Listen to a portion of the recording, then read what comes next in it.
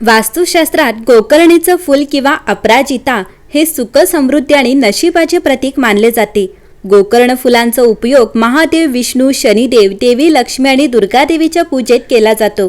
गोकर्ण फुलाचे अनेक फायदे शास्त्रात सांगण्यात आले आहेत।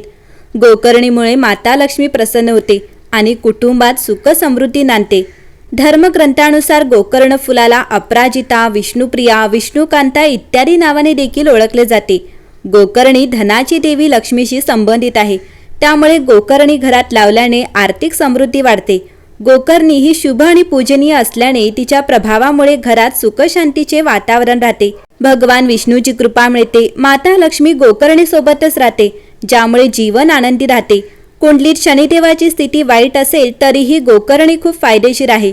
गोकर्ण फुलाने शनिदेवांचा कोपही शांत राहतो आणि घरातील सदस्यांचे मन स्थिर राहते। यामुळे घरामध्ये सकारात्मकता राहते, त्यामुळे सर्व कामे व्यवस्थित होतात। गोकर्ण फूल घरामध्ये वास्तू नियमानुसारच लावावे, तरच त्याचे फायदे मिळतात। वास्तुशास्त्रानुसार गोकर्ण उत्तर ईशान्य दिशेला लावणे शुभ असते। घराच्या मुख्य दरवाजाच्या उजव्या बाजूला ठेवू शकता। गुरुवारी आणि शुक्रवारी चौघड या मुहूर्तावर गोकर्णी लावणे खूप शुभ असते।